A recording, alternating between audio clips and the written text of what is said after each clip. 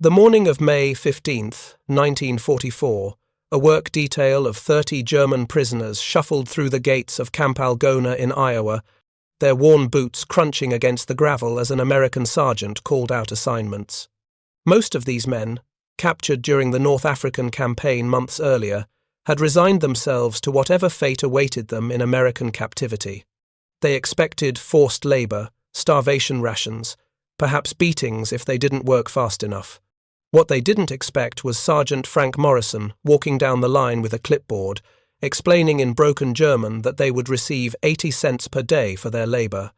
The translator, a German-speaking Iowa farm boy named David Kleinsasser, repeated the words slowly, watching confusion spread across weathered faces. Achtzig Cent pro Tag, 80 cents per day. Heinrich Bauer, a former machinist from Bavaria, later wrote in his diary that he was certain he'd misunderstood. In Germany, prisoners received nothing but black bread and whatever scraps kept them alive. Soviet prisoners in German camps received even less. The idea that enemy captives would be paid wages seemed impossible, a trick perhaps, or some cruel American joke. But as the weeks passed and the scrip accumulated in their accounts, these German soldiers began to comprehend something that shattered every assumption they'd held about American society. They weren't just being paid token amounts.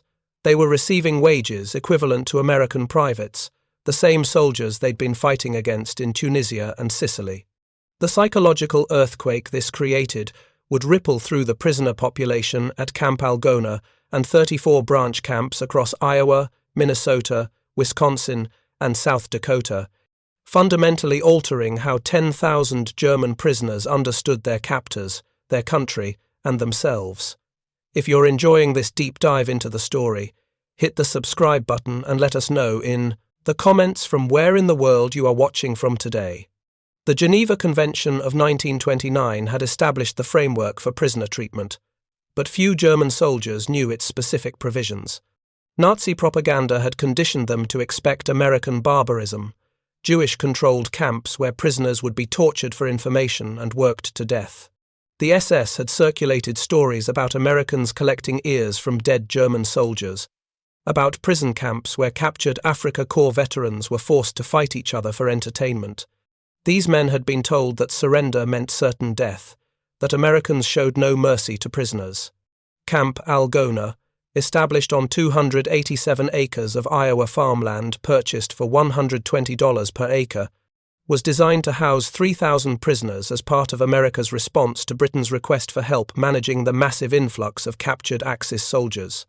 The United States had reluctantly agreed to take 425,000 prisoners, dispersing them across over 500 camps in 45 states. Iowa's location in the agricultural heartland made it ideal for addressing the critical labor shortage created when American farm workers joined the military. The camp's construction followed Geneva Convention specifications precisely.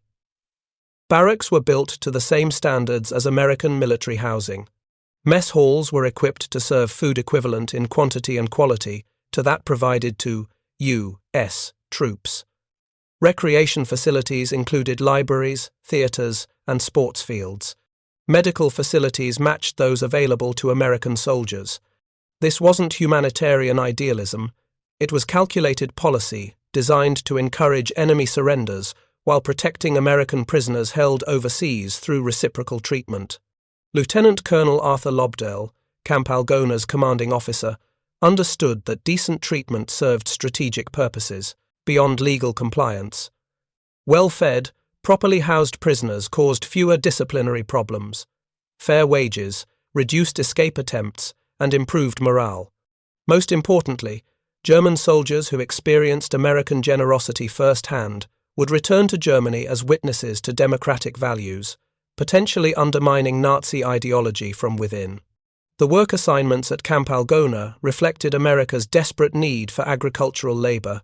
With over 16 million Americans serving in the military, farms across the Midwest faced critical shortages during planting and harvest seasons. German prisoners were assigned to detassel hybrid corn for DeKalb and Pioneer companies, harvest peas in southern Minnesota, work in canneries and milk processing plants, and perform general farm labor for individual farmers who paid the government 45 cents per hour per prisoner. The wage structure followed Geneva Convention Article 23, which specified that enlisted prisoners should receive the same pay as soldiers of corresponding rank in the detaining power's army. American privates earned approximately $2.40 per day in 1944, but prisoners received 80 cents after deductions for housing, food, and administrative costs. Even this reduced amount exceeded what most German soldiers had earned before the war, and it was infinitely more than they'd expected as prisoners. Otto Kleinfeld, a former baker from Hamburg captured at Kasserine Pass, remembered his shock at receiving his first pay voucher. In Germany, his military pay had been 30 marks per month, barely enough for cigarettes and personal items. As a prisoner in Iowa, he earned $24 monthly in scrip that could be used at camp canteens or saved for repatriation.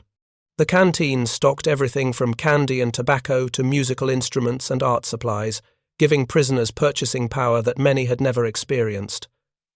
The psychological impact of receiving wages created cognitive dissonance that many prisoners struggled to process. Gustav Weber, a communications specialist from Saxony, later described the mental vertigo of being paid by his enemies. "We had been taught that Americans were weak capitalists who would collapse under pressure," he recalled decades later. Instead, they were strong enough to pay their prisoners fair wages while fighting a global war. This was not weakness. This was confidence. The branch camp system amplified this psychological warfare through proximity. Prisoners at smaller camps near Iowa farming communities worked directly alongside civilian employees, ate meals provided by farm families, and formed relationships that transcended national enmity. At the Humboldt branch camp, German prisoners helped local farmers with corn detasseling, earning the same piece-rate wages as American workers. At Fairmont, Minnesota, prisoners saved 65% of a record pea crop that would have rotted without their labor, earning praise from agricultural officials who calculated their work's retail value at nearly $10 million. Local newspapers initially expressed skepticism about the wage policy. The Algona Upper Des Moines published letters from citizens questioning why enemy soldiers received money while American families sacrificed for the war effort. But farmers who contracted for prisoner labor quickly discovered that paid workers were motivated workers. Dorothy Johnson, who managed 1,215 acres with her husband, found that German prisoners who were paid fairly worked harder and caused fewer problems than unpaid laborers would have. The contrast with conditions in Germany became more apparent as prisoners received letters from home describing food shortages, bombing raids, and economic collapse. Wilhelm Strauss, captured in Tunisia, learned that his family in Bremen was surviving on ration cards that provided barely enough calories to prevent starvation. Meanwhile, he was earning wages, eating meat regularly, and saving money for his eventual return. The irony was inescapable. German prisoners in America lived better than German civilians in Germany. This economic reality forced many prisoners to confront uncomfortable truths about Nazi propaganda. They had been told that Germany was winning the war, that American industry was failing, that Allied victories were temporary setbacks. But the evidence of their daily experience contradicted these claims. A nation that could afford to pay its prisoners, feed them properly, and house them comfortably was not a failing society on the verge of collapse. The wage system also created internal conflicts within prisoner ranks. Some hardcore Nazis argued that accepting American wages constituted collaboration with the enemy. They organized work slowdowns and intimidated prisoners who seemed too eager to earn money. Officers, who were exempt from forced labor under Geneva Convention rules but could volunteer for work assignments, faced particular scrutiny from their peers when they chose to participate in paid labor programs. These tensions came to a head in camps, where Nazi loyalists attempted to maintain military discipline and ideological purity. At some facilities, prisoners were divided into separate compounds based on their political affiliations, with committed Nazis isolated from those who had become disillusioned with the regime. The wage system accelerated this ideological sorting, as prisoners who embraced the opportunity to earn money naturally gravitated away from those who viewed any cooperation as treachery.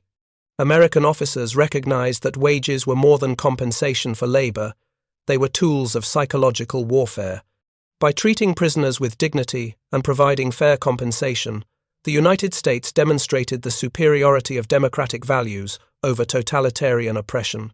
Every pay voucher was evidence that America possessed both the military strength to capture German armies and the economic power to treat prisoners generously. The success of this strategy became apparent in prisoner behavior. Escape attempts from the Camp Algona system were rare and typically non-violent. Most escapees were recaptured within hours or voluntarily returned to camp when they realized the futility of their situation. The calculated risk policy of using minimal guards worked because prisoners had economic incentives to remain in camp and complete their work assignments.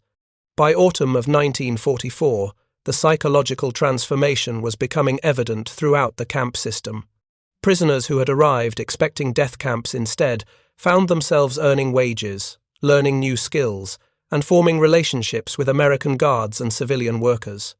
The cognitive dissonance created by this experience began breaking down Nazi indoctrination more effectively than any political lecture could have achieved. The impact extended beyond individual prisoners to affect how entire communities viewed the war. Iowa farmers who worked alongside German prisoners discovered that their enemies were not the racial inferiors depicted in Nazi propaganda, but skilled workers with families, hopes, and fears similar to their own. This humanization of the enemy created lasting relationships that would continue long after the war ended. As winter approached and the agricultural season wound down, prisoners at Camp Algona had accumulated substantial savings in their accounts. Some had earned enough to purchase musical instruments, art supplies, or gifts to send home through Red Cross channels. Others saved their wages against an uncertain future, unsure what awaited them in a defeated Germany. All had been fundamentally changed by the experience of receiving equal wages from their captors. The transformation would accelerate as news from Europe brought reports of concentration camps, German defeat, and the collapse of everything these prisoners had once believed.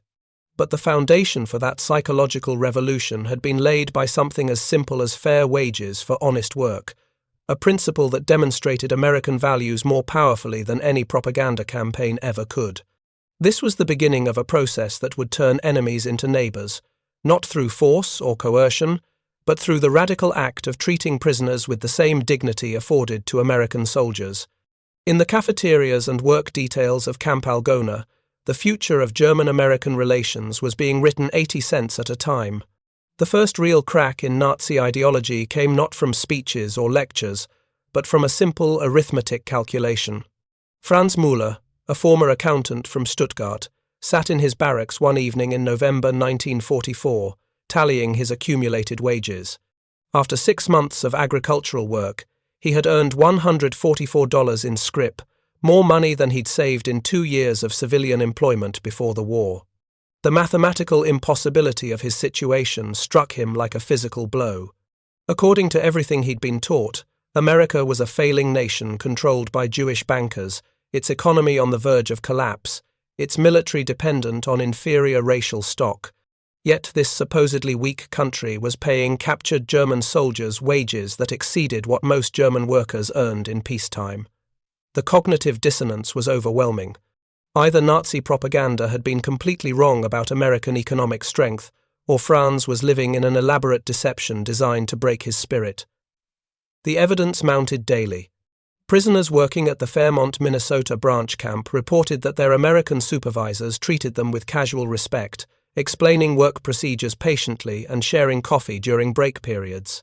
At the Humboldt camp, German prisoners earned piece-rate wages for corn detasseling that matched what Iowa teenagers received for the same work.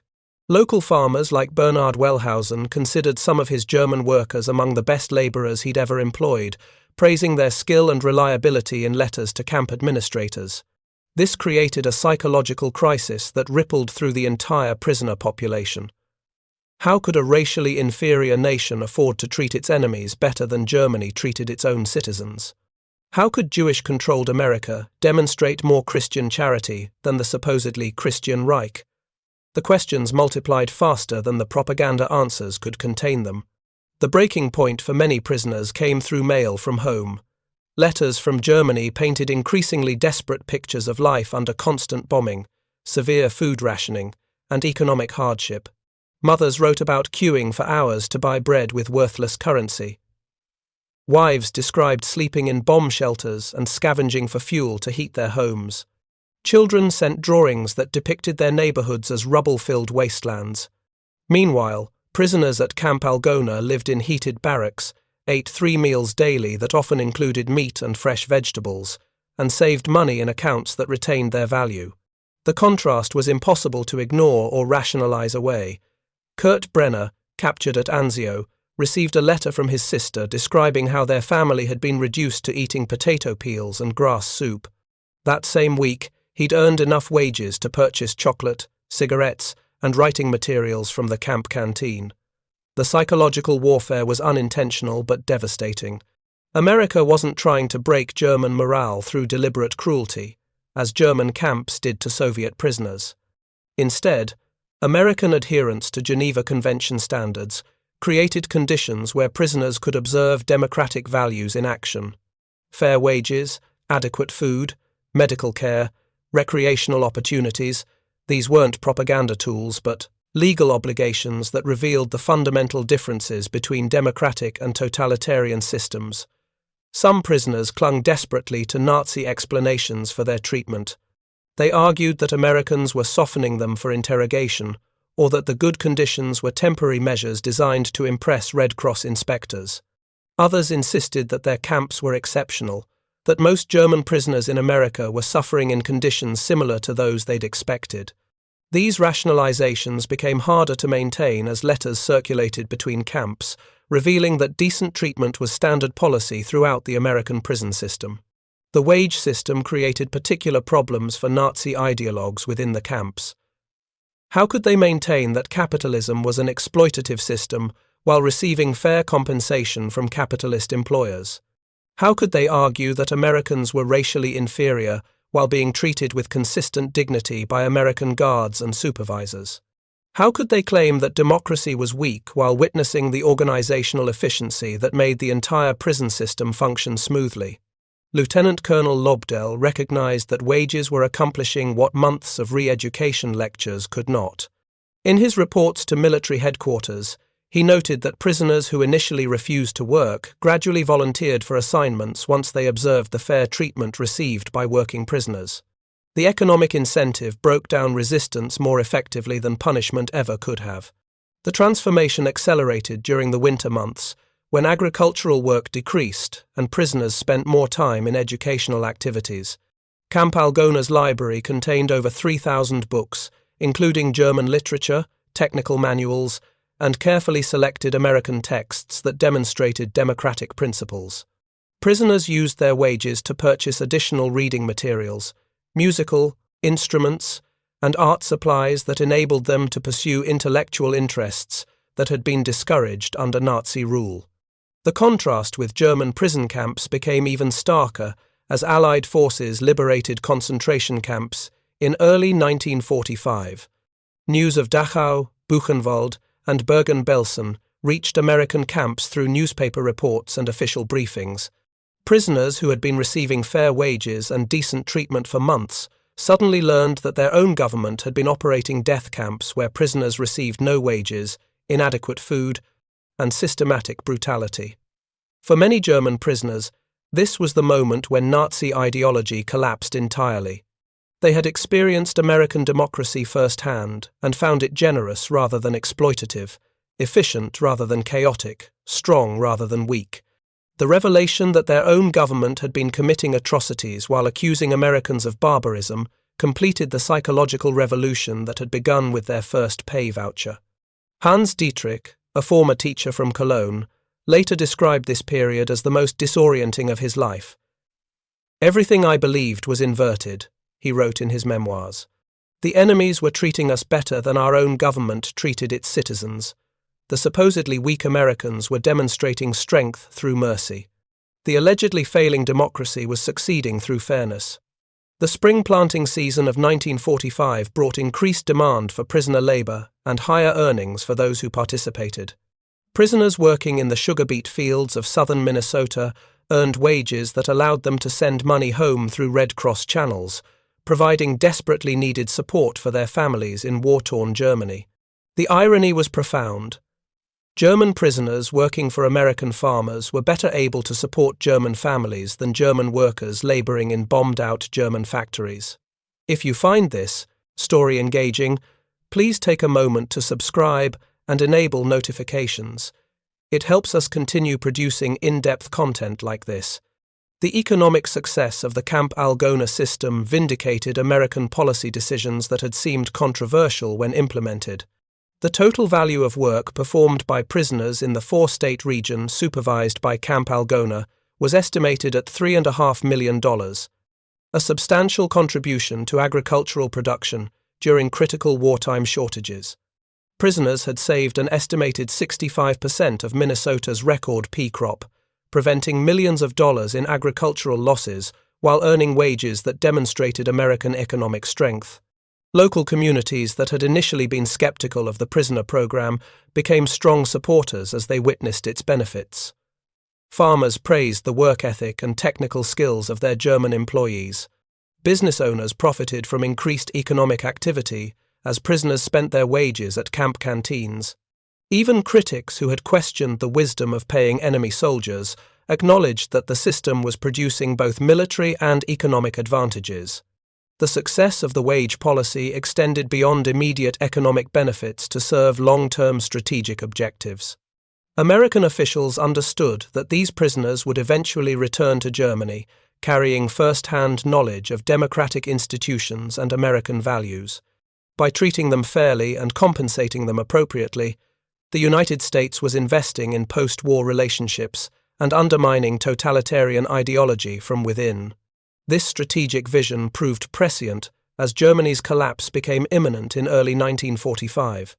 Prisoners who had spent months earning American wages and observing democratic governance were psychologically prepared to embrace democratic reconstruction rather than resist it. They had experienced proof that democracy could provide prosperity, security, and dignity more effectively than totalitarian alternatives. The contrast between American and Soviet treatment of German prisoners became another powerful argument for democratic values. Reports filtering back from Eastern Europe described German prisoners in Soviet camps receiving no wages, inadequate food, and brutal treatment that violated Geneva Convention standards. Prisoners at Camp Algona who learned of these conditions understood viscerally why America's allies and enemies alike respected American power and influence. The wage system also created lasting personal relationships that would influence post-war German-American relations. Farmers who had employed German prisoners often maintained correspondence with them after repatriation, sometimes sponsoring their immigration to America or visiting them in Germany. These personal connections became the foundation for broader cultural and economic ties between former enemies. Eduard Kaib, the prisoner who organized the construction of Camp Algona's famous nativity scene, exemplified this transformation. Using wages earned through camp labor, he and fellow prisoners purchased materials to create an elaborate Christmas display that became a permanent gift to the city of Algona. The nativity scene, still displayed annually, represents the complete reversal of prisoner attitudes, from hostility to gratitude, from resistance to contribution. The psychological journey from enemy to neighbor had been accomplished not through force or propaganda, but through the simple application of democratic principles.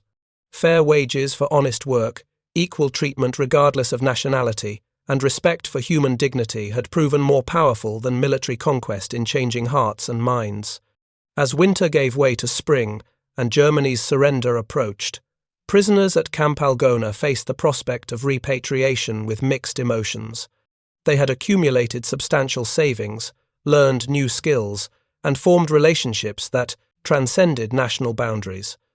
Many expressed reluctance to return to a devastated Germany, where their experience of American democracy would be tested against the reality of post-war reconstruction. The transformation was perhaps most visible in prisoner attitudes toward their captors. Guards who had initially been viewed with suspicion and hostility were now respected as fair-minded professionals. American supervisors, who had been seen as racial inferiors, were recognized as skilled managers and decent human beings. The dehumanization that had enabled warfare was replaced by recognition of shared humanity. The success of the Camp Algona wage system provided a template for post-war German reconstruction. If fair compensation and democratic treatment could transform enemy prisoners into productive workers and potential allies, similar policies might help transform a defeated nation into a democratic partner.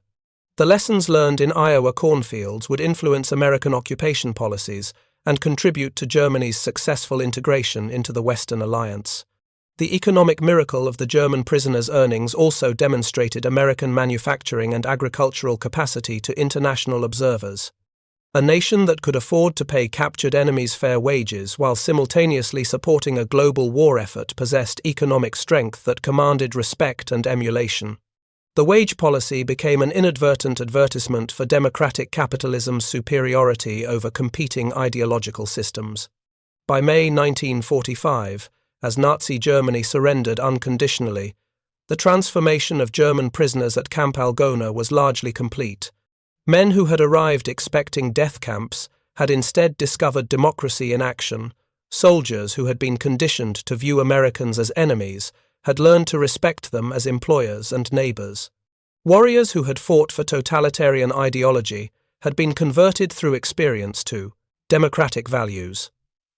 The wage system had succeeded beyond its designer's most optimistic projections.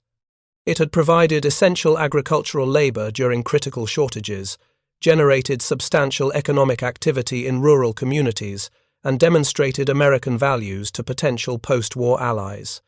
Most importantly, it had proved that treating enemies with dignity and fairness could accomplish more than punishment or propaganda in changing fundamental attitudes.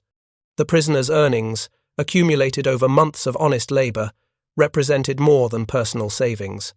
They symbolized the transformation of the men who had earned them, evidence of a journey from hatred to understanding, from enmity to cooperation, from despair to hope. In the barracks of Camp Algona, the future of German-American relations had been purchased one day's wages at a time. The repatriation began in earnest during the summer of 1945, but the process would stretch into early 1946 as American officials organized the massive logistical undertaking of returning thousands of prisoners to a devastated Germany. For many prisoners at Camp Algona, the prospect of leaving presented an unexpected emotional challenge. They were returning to a homeland that existed only in their memories, to families who might not have survived the war, to an economy that had collapsed and cities that lay in ruins. The final pay distribution revealed the remarkable success of the wage system. Prisoners had accumulated savings that averaged over $200 each, with some having earned as much as $400 during their captivity. These amounts represented substantial wealth in post-war Germany, where the Reichsmark had become virtually worthless and barter systems replaced normal commerce. American officials converted prisoner savings into goods and care packages that would retain value during the journey home and the difficult months that would follow. Karl Brenner, who had earned $320 during his 18 months at Camp Algona, used his savings to purchase tools, clothing, and medical supplies that would help him restart his carpentry business in bombed-out Munich. His experience was typical of prisoners who had learned to view their wages not just as compensation for labor, but as investment in their future. The skills they had acquired, working on Iowa farms and in processing plants, would prove valuable in rebuilding German agriculture and industry. The psychological transformation was perhaps even more valuable than the financial savings. Prisoners returning to Germany carried with them detailed knowledge of how democratic institutions functioned, how free markets operated, and how diverse populations could coexist peacefully. They had witnessed American strength manifested not through brutality, but through generosity, not through oppression, but through opportunity.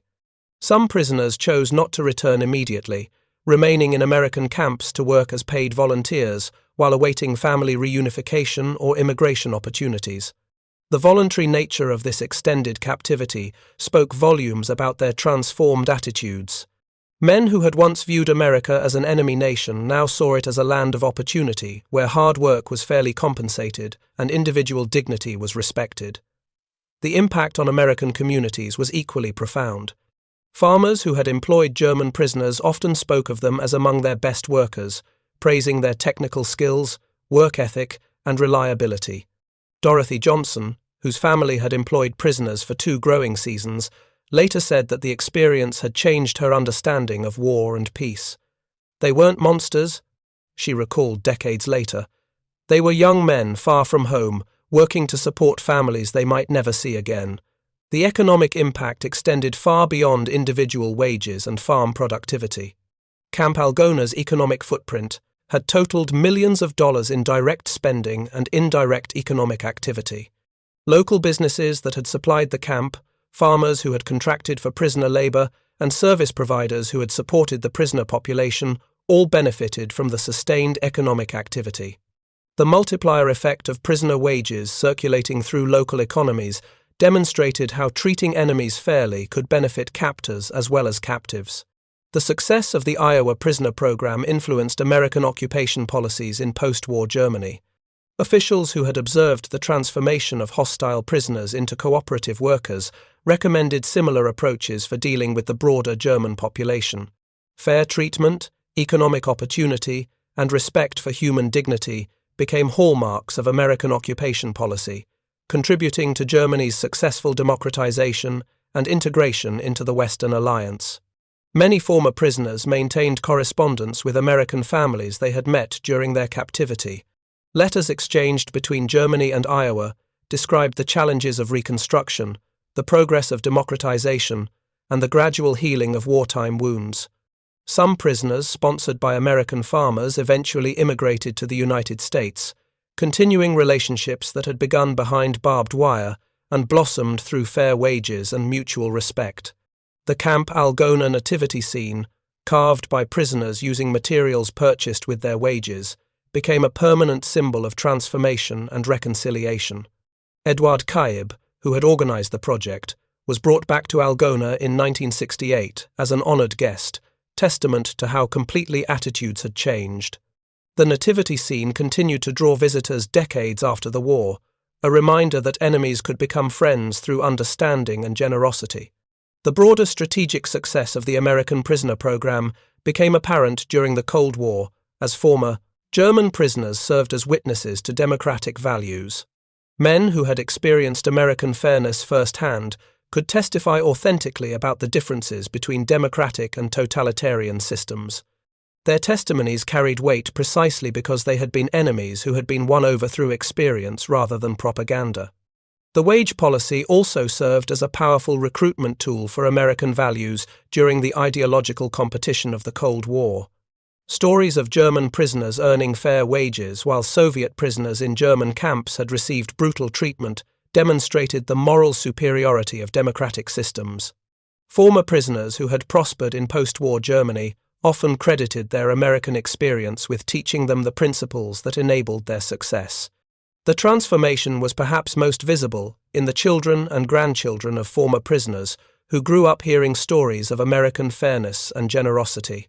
These second- and third-generation descendants often expressed pro-American sentiments that influenced German public opinion and political development for decades after the war. The investment in fair treatment had yielded diplomatic dividends that far exceeded the original cost of the prisoner program.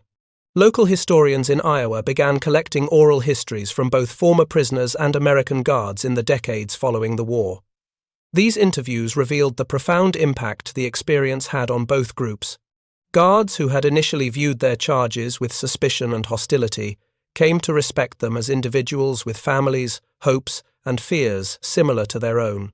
The dehumanization that enables warfare was replaced by recognition of shared humanity. The economic lessons of the prisoner program influenced labor relations and immigration policies in post-war America. The success of integrating foreign workers into American agricultural and industrial production demonstrated the benefits of fair wages and decent treatment for all workers, regardless of their origins. These lessons contributed to more enlightened approaches to immigrant labor and international development assistance. The Camp Algona story also became a case study in effective psychological operations, though this had never been the conscious intention. Military analysts studying the program concluded that treating enemies with dignity and fairness was more effective at changing attitudes than propaganda or coercion. These insights influenced American approaches to prisoner treatment and post-conflict reconstruction in subsequent conflicts. The success of the wage system extended beyond its immediate wartime objectives to serve long-term strategic interests. Former prisoners who returned to positions of influence in post-war Germany often advocated for closer ties with the United States, supporting NATO membership, transatlantic trade, and cultural exchange programs. The personal relationships formed through fair treatment became the foundation for broader diplomatic and economic partnerships. Some former prisoners established businesses that facilitated German-American trade, drawing on relationships and knowledge gained during their captivity. Others became educators or civic leaders who promoted democratic values and international understanding. The investment in their fair treatment yielded returns that continued to accrue decades after the war's end. The contrast with Soviet treatment of German prisoners provided ongoing validation of American approaches to prisoner management and post-conflict reconstruction. While former Soviet prisoners often returned to Germany as hardened enemies of their captors, former American prisoners frequently became advocates for democratic values and Western integration. The difference in outcomes demonstrated the long-term benefits of adhering to international legal standards and moral principles. As the Cold War intensified, the symbolic value of the American prisoner program increased. The wage system became evidence of democratic capitalism's ability to transform enemies into partners through fair treatment and economic opportunity. This narrative supported American efforts to win allies and influence neutral nations during the ideological competition with the Soviet Union. The legacy of Camp Algona extended into the 21st century through educational programs, museums, and commemorative events that preserved the memory of this remarkable transformation. Visitors to the Camp Algona POW Museum could learn about the power of treating enemies with dignity and the long-term benefits of adhering to international legal standards, even during wartime. The story resonated particularly strongly in an era of ongoing debates about prisoner treatment and international law. The success of the World War II prisoner program provided historical evidence that following Geneva Convention standards served American interests while maintaining moral authority. The wages paid to German prisoners had purchased more than agricultural labor. They had bought lasting friendship and strategic partnership. The transformation of enemy soldiers into productive workers and eventual allies through fair wages and decent treatment offered timeless lessons about the power of economic incentives and moral leadership. In a world still struggling with conflict and reconciliation, the Camp Algona story demonstrated that treating enemies with dignity was not weakness but strength, not idealism but realism. The final accounting of the Camp Algona prisoner program revealed benefits that far exceeded costs. The agricultural production saved by prisoner labor, the economic activity generated by their wages, and the long-term diplomatic advantages of their transformed attitudes created value that continued to compound for generations. The 80 cents per day paid to German prisoners had yielded returns measured not just in dollars, but in decades of peace and partnership. The men who had arrived at Camp Algona as enemies departed as witnesses to democratic values, carrying with them proof that Americans practiced the principles they preached. Their wages had been more than compensation for labor.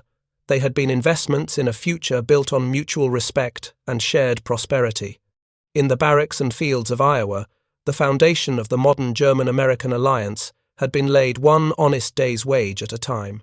The story of German prisoners who were stunned by equal wages remains relevant today as nations continue to grapple with questions of prisoner treatment, post-conflict reconstruction, and international law. The Camp Algona experience demonstrated that strength and generosity were not contradictory but complementary, that treating enemies fairly served both moral imperatives and strategic interests. The wages earned by German prisoners in Iowa purchased more than personal savings and family support. They bought proof that democratic values were not mere propaganda but lived principles. that American strength lay not in the ability to inflict suffering, but in the capacity to transform enemies into friends. The transformation, accomplished through fair treatment and equal wages, created partnerships that outlasted the conflicts that had created them, testament to the enduring power of justice and generosity in human affairs. Thank you for watching. For more detailed historical breakdowns, check out the other videos on your screen now, and don't forget to subscribe.